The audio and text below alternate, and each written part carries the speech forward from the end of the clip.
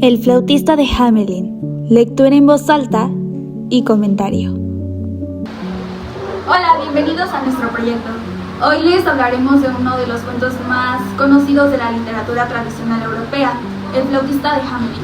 En este video vamos a narrar la historia, analizaremos sus características literarias, su estructura, su mensaje y finalmente compartiremos nuestras conclusiones personales. Este cuento tiene una estructura clásica de género narrativo. Pertenece al subgénero de cuento popular o cuento tradicional, basado en la versión atribuida de los hermanos Grimm y reinterpretada por Robert Browning. Como todo cuento narrativo, presenta un narrador omnisciente, personajes bien definidos, un conflicto central y un mensaje moral.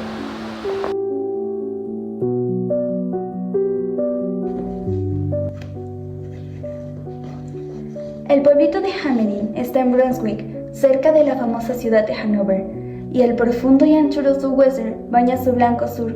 Jamás se vio un lugar tan placentero, pero para la época en que comienza nuestra historia, hace casi 5 siglos, los pobladores soportaban una horrible peste. Ratas que desafiaban a los perros y mataban a los gatos, mordían a los bebitos en sus cunas, se comían los quesos de los moldes y sorbían la sopa del mismísimo cucharón del cocinero. Abrían los toneles de sardinas en salmuera, anidaban en los sombreros de paseo de los hombres y hasta estropeaban las charlas de las mujeres, ahogando las voces con chillidos estridentes que cubrían una gama de 50 sostenidos y bemoles. Finalmente, la gente acudió en manifestación a la alcaldía. «Es evidente que nuestro alcalde es un papanatas», gritaban. «Para no hablar de la corporación, pensar que gastamos en trajes de armiño para unos bobos que no son capaces de librarnos de esta peste. ¿Acaso esperan ampararse en sus pieles de magistrados, solo porque son viejos y gordos?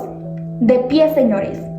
Exprímanse los cerebros para encontrar una solución, o no les quepa duda de que los vamos a echar». Al oír esto, el alcalde y la corporación se pusieron a temblar muy preocupados. Estuvieron reunidos en consejo durante 1 hora, y por fin el alcalde rompió el silencio. «Remato mi investidura al mejor postor. Querría estar bien lejos de aquí. Es fácil pedir que uno exprime el cerebro. Ya me duele la cabeza de tanto rascarla y nada. Si se nos ocurriera alguna buena trampa». Mientras decía esto, tocaron suavemente a la puerta del recinto. «¡Santo cielo!», exclamó el alcalde. «¿Qué es esto?». Allí sentado con la corporación, parecía pequeño pero asombrosamente gordo. Su mirada no era más lúcida ni más húmeda que la de una ostra muerta. Y aunque hay que admitir que cobraba un poco de vida al mediodía, cuando la panza clamaba por un guiso de tortuga verde y gelatinosa. «¿Alguien se está sacudiendo los pies en el felpudo?», preguntó y agregó. «Cualquier ruidito que me recuerde el de las ratas, y el corazón me da un vuelco». «¡Adelante!», gritó finalmente el alcalde, y pareció que había crecido. Entonces hizo su entrada, el tipo más raro que pueda uno imaginar, con un extravagante abrigo que lo cubría de pies a cabeza, mitad amarillo y mitad rojo. Era un hombre alto y muy delgado, con ojos azules y penetrantes, chiquitos como 2 alfileres, cabellos claros y lacios, pero tez morena. Sin embargo, en las mejillas ni barba, en el mentón, pero con muchas sonrisas en los labios. Nadie imaginaba quién era ni de dónde venía, y todos contemplaban asombrosos al hombre altísimo y su extraño atravio. Uno dijo: «Es como si mi tatarabuelo hubiese vuelto de la tumba al oír las trompetas del juicio final». El hombre avanzó hasta la mesa de deliberaciones y dijo: «Con su permiso, honorables, por obra de un poder secreto, estoy en condiciones de hacer que me sigan todas las criaturas vivientes, las que se arrastran, las que nadan, las que vuelan y las que corren. Suelo utilizar mi poder sobre los bichos perjudiciales al hombre, como los topos, los sapos, los tritones y las víboras. La gente me llama el flautista». Y solo entonces notaron que alrededor del cuello tenía una banda roja y amarilla para hacer juego con el saco, de cuyo extremo colgaba una flauta. También notaron que los dedos se le escapaban, como si estuvieran ansiosos por tocar esa flauta que se bamboleaba sobre el anticuado traje. A pesar de ser solo un pobre flautista, dijo: en junio pasado liberé al Chan de Tartaria de unas gigantescas nubes de mosquitos, y en Asia le quité de encima a Nizam una ola monstruosa de murciélagos vampiros. Y en cuanto les preocupa a ustedes, ¿me darían 1000 florines si libero a la ciudad de las ratas? ¿1000? ¡50,000! Exclamaron sorprendidos el alcalde y la corporación. Entonces el flautista salió a la calle, algo sonriente, como si supiese que magia dormía en su flauta, y como músico experto, frunció los labios para soplar el instrumento.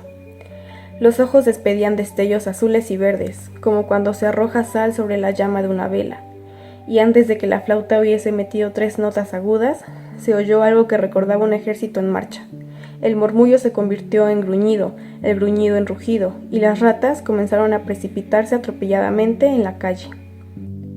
Ratas grandes, ratas chicas, ratas robuscas, ratas marrones, ratas grises, ratas negras, ratas rubias, viejas ratas solemnes y rengas, ratitas alegres y juguetonas, padres, madres, tías, primos, colas en alto y bigotes en punta, decenas y decenas de familias, hermanos, hermanas, esposos y esposas, todas detrás del flautista.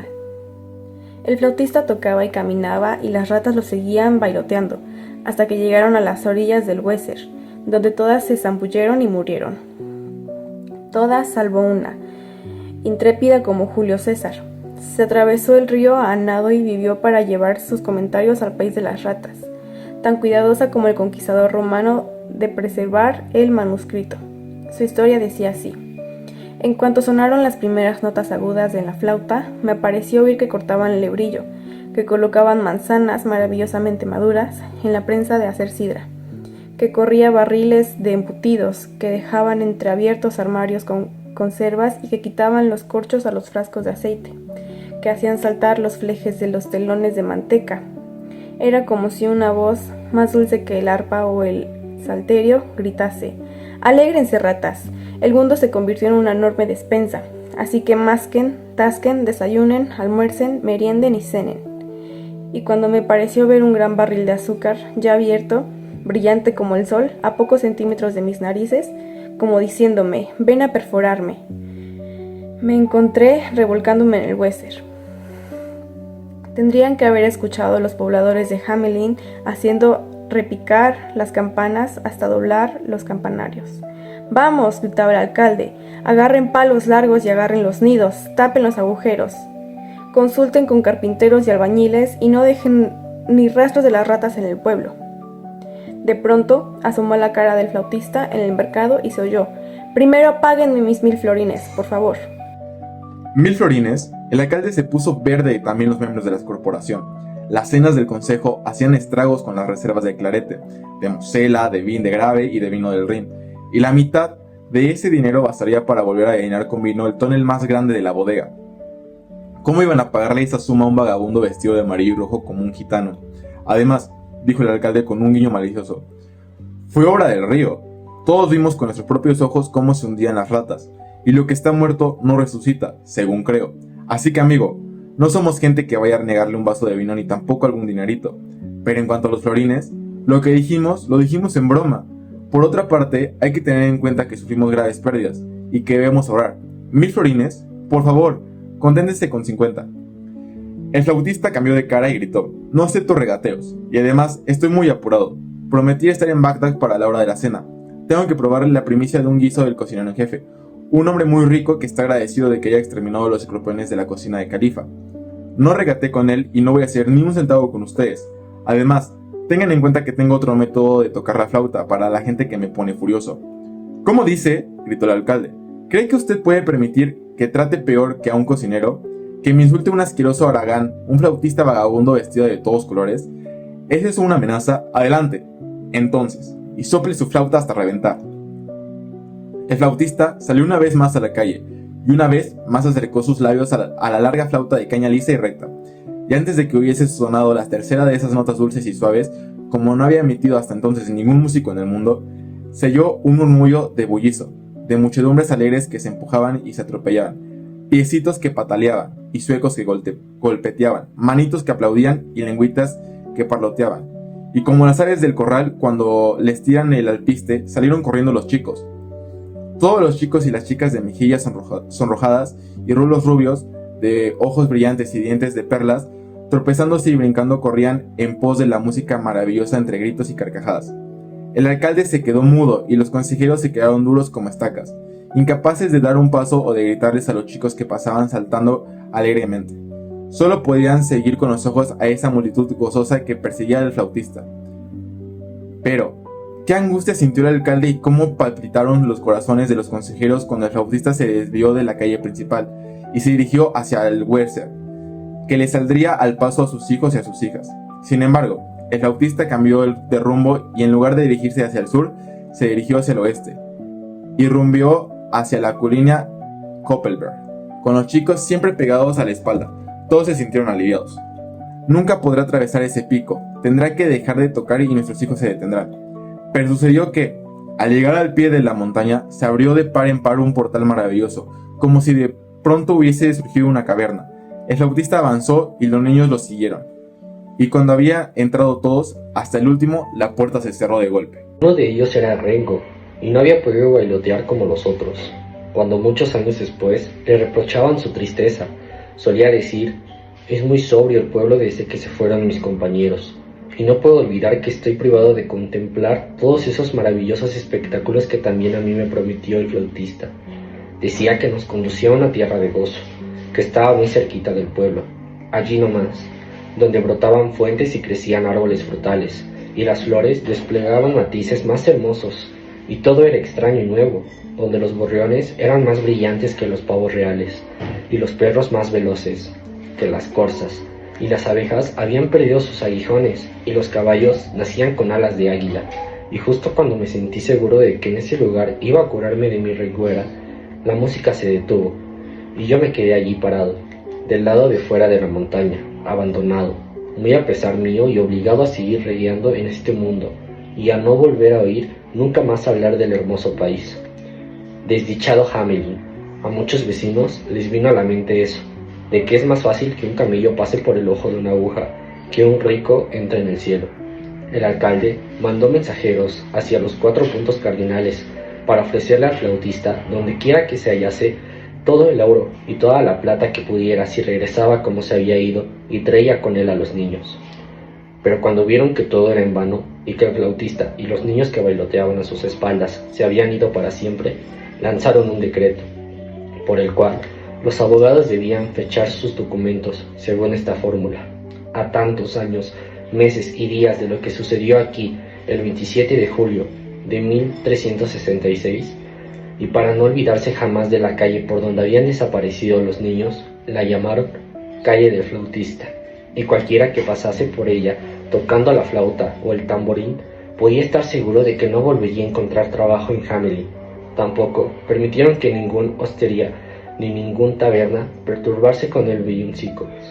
Una calle tan solemne, y enfrente al lugar en que se había abierto la caverna levantaron una columna, y en ella escribieron esta historia, y también la pintaron en el gran vitral de la iglesia para que el mundo se enterase de que les habían robado sus hijos. Todavía hoy están allí esos recuerdos. Me olvidaba de mencionar que en Transilvania hay una tribu de gente muy especial que asegura que las ropas tan extrañas que usa y que tanto llaman la atención de sus vecinos son una herencia de sus antepasados, surgidos de una prisión subterránea en la que los había sepultado hacía largo tiempo después de haberlos arrebatado del pueblo de Hamelin, en el condado de Brust, sin que supieran decir cómo o por qué. Así que, Guille, saldemos nuestras deudas con todos los hombres, sobre todo con los flautistas, y si llegan a liberarnos con su música de ratas o de ratones, cumplamos nuestras promesas y paguémosles lo que hayan convenido. Este cuento tiene varias características importantes del género narrativo. Como primer punto tenemos a un narrador omnisciente, conoce los pensamientos y acciones de todos.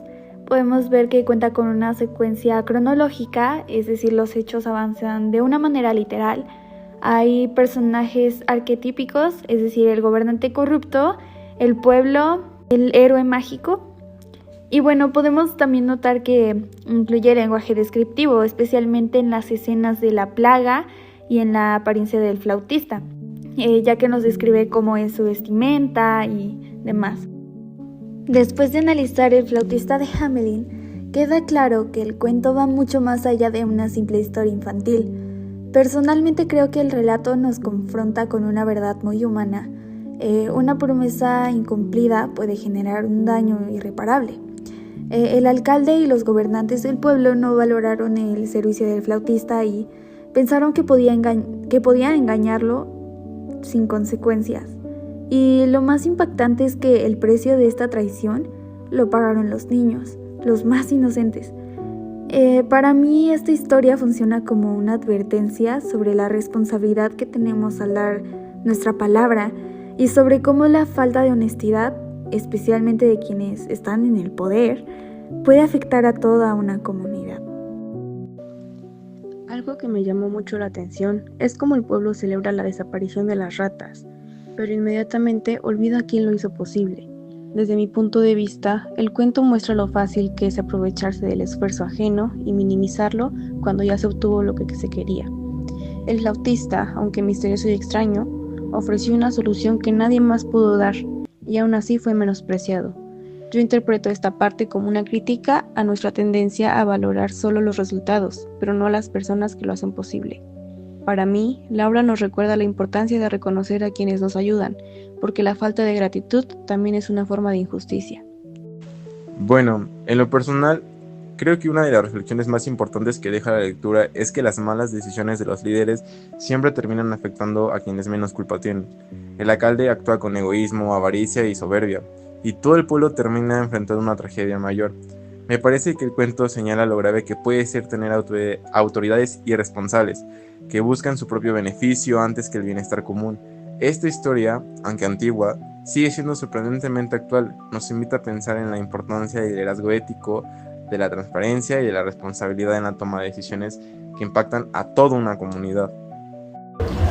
Un final emotivo que invita a reflexionar. El final del cuento, donde los niños desaparecen siguiendo la música del flautista, es simbólico y doloroso. En mi opinión, representa la pérdida de la inocencia cuando el mundo adulto actúa con injusticia y engaño. Es un cierre que no solo sorprende, sino que deja una sensación profunda de reflexión. A mí me hace pensar en cómo nuestras acciones, incluso las que parecen pequeñas o insignificantes, pueden tener consecuencias que no imaginamos. Esta historia nos invita a cuestionarnos cómo actuamos frente a los demás. ¿Qué tan honestos somos y hasta qué punto valoramos realmente la justicia y el respeto?